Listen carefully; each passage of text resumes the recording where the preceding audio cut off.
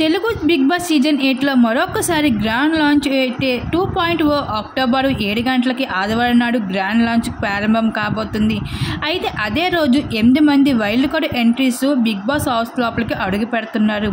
అయితే ఈ 8 మంది వైల్డ్ కార్డ్ ఎంట్రీలు కూడా ఆల్రెడీ వచ్చిన కంటెస్టెంట్సే.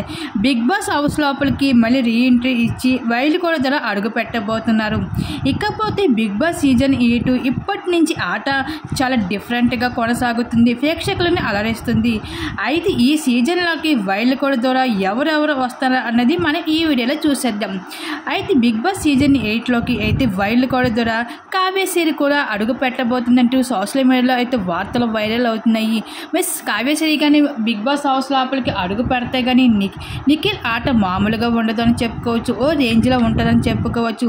అలాగే ఇంకా మరికొంతమంది కూడా బిగ్ బాస్ హౌస్ లోపలికి వైల్డ్ కూడా ఎంట్రీ ఇవ్వబోతున్నారు. గంగావ, మహబూబు, నైని, పావని, యాంకర్ రవి, గౌతమ్ కృష్ణ, అలాగే ముక్కు అవినాష్, టేస్టీ తేజ, హరితేజ, రోహిణి, అలాగే విత్కా షేరు, ఇలా వీళ్ళందరూ కూడా బిగ్ బాస్ హౌస్ లోపలికి వైల్డ్ కార్డ్ ద్వారా 100% కన్ఫర్మ్ అయిపోయారు. బిగ్ బాస్ హౌస్ లోపలికి ఆదివారం నాడు 7 గంటలకు అయితే గ్రాండ్ లాంచ్ ప్రారంభం కాబోతుంది.